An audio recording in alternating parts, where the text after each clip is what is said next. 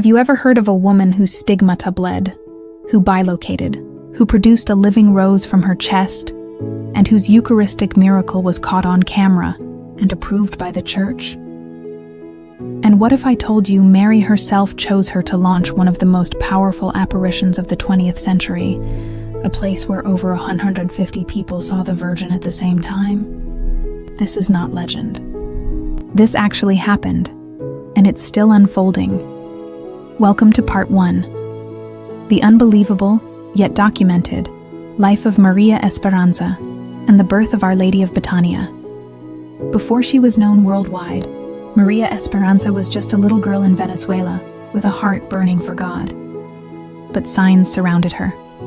As a child, she told her mother she saw Saint Thérèse of Lisieux. And years later, she would literally receive a rose from her chest, just like the little flower promised. But wait until you hear this. Maria's life intensified after marriage. While raising a large family, she was suddenly overwhelmed by mystical graces. Doctors reported her sudden illnesses with no explanation, and sudden healings with no explanation. She began reading people's hearts. She predicted events. She carried inexplicable fragrances of roses, and people around her whispered, "She knows things. She sees things." But it was only the beginning. In 1976, after visions of a place she had never seen, Mary began guiding her to a hidden farm in Venezuela, known as Betania, meaning Bethany. Maria said the Blessed Mother wanted this to be a place of reconciliation for the whole world. And the supernatural signs began almost immediately. Her family and friends witnessed levitations during prayer. Her spiritual directors documented stigmata wounds appearing on her body, bleeding on Good Fridays. One priest said, "The scent of roses filled the room, and there were no flowers." But nothing compared to what would happen next. On March 25, 1976, the Feast of the Annunciation, Maria Esperanza saw the Virgin for the first time at Betania. Mary appeared as Mary, Reconciler of all peoples and nations, a title later accepted by the Church. Maria fell to her knees. The Virgin told her, "I come to reconcile my children. I come for the conversion of the family. This is the heart of Betania. Reconciliation. Families healed, nations healed, hearts healed." But the world didn't believe her. Yet. Years passed. Pilgrims trickled in. Maria continued receiving visions, healings, and supernatural graces, but the Church remained cautious. Then, on Good Friday 1984, everything changed. Maria, already experiencing stigmata, suffered visibly as blood seeped from her hands. Witnesses smelled roses.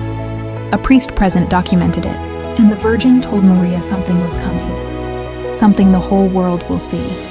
And that moment, verified by over 150 people, will be the entire focus of Part 2. But first, we must speak about one of the most shocking and verifiable events in modern Catholic history. In 1991, during a Mass in Venezuela, a Eucharistic host began to bleed, right in Maria's hand. This was filmed. The priest who celebrated the Mass confirmed it. Medical professionals studied it. And to this day, the footage is publicly available. This is the kind of miracle skeptics say never happens today. But it happened. And it happened through the woman Mary had chosen. Maria continued living a life of unbelievable holiness. She bilocated, appearing to people in distant places while being physically elsewhere. She prophesied future events with shocking accuracy. She healed people, documented healings, not rumors. And everywhere she went, people smelled roses. Even the Bishop Pio Bello Ricardo, personally experienced this supernatural fragrance. By the late 1980s, thousands were visiting Betania. Families were reconciled. People with terminal illnesses walked away healed. Skeptics returned with tears. And Maria never pointed to herself. She always said, "It is Mary. Mary is calling us to reconciliation." This is why her cause for beatification opened in 2010, only a few years after her death. So what was the message? Mary's message. It was simple and seismic. Reconcile. Forgive. Return to Jesus. Heal your families. Pray the rosary. Bring peace where there is division. The world is starving for this right now, and Mary knew it. But the world wouldn't believe it was truly Mary until March 25th, 1984, when heaven opened and 150 people saw her at once.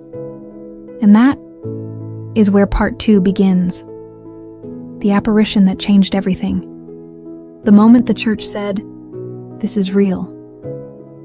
The day Venezuela shook with grace. Don't miss part 2. The mass apparition, the bishop's approval, and the prophecies for today. Thanks for watching, and be sure to subscribe so you don't miss it.